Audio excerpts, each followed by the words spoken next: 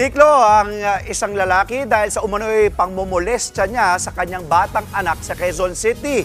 Napag-alamang hindi lang ito ang unang beses nang nananghalay po ang tatay. Nasa frontline ng balitang yan si Elaine Fulgencio.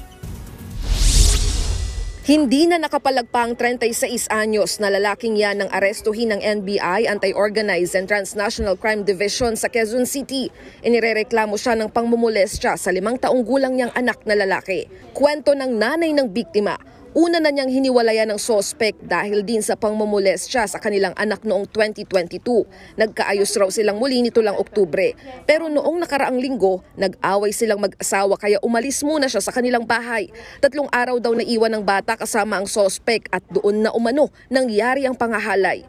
Napansin na lang daw ng ina ng biktima ang mga senyales ng pangmomolestya sa bata nang makasama niya ito ulit.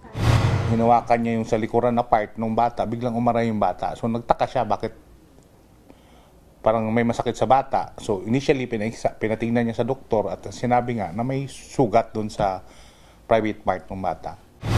Labis ang pagsisisi ng ina ng biktima lalo't di niya inakalang muling malalagay sa peligro ang kanilang anak. Ayon sa NBI, dati na rin kinasuhan ng panggagahasa at child abuse ang sospek. Isinailalim rin siya sa drug test para malaman kung gumagamit siya ng iligal na droga. Mariin namang itinanggi ng sospek ang mga paratang laban sa kanya. Hindi naman. Kasi kung ginawa ko naman po yun sa anak ko, mahirapang maglakad, magrereklamo, magsusumbong.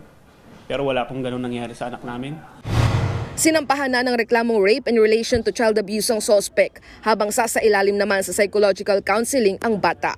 Nagbabalita mula sa Frontline, Elaine Fulgencio, News 5. Mga kapatid, Dimples Romana po, kumpletuhin ang inyong umaga ng mga kwentong puno ng inspirasyon. Salubungin po ang bawat araw ng may ngiti at pag-asa.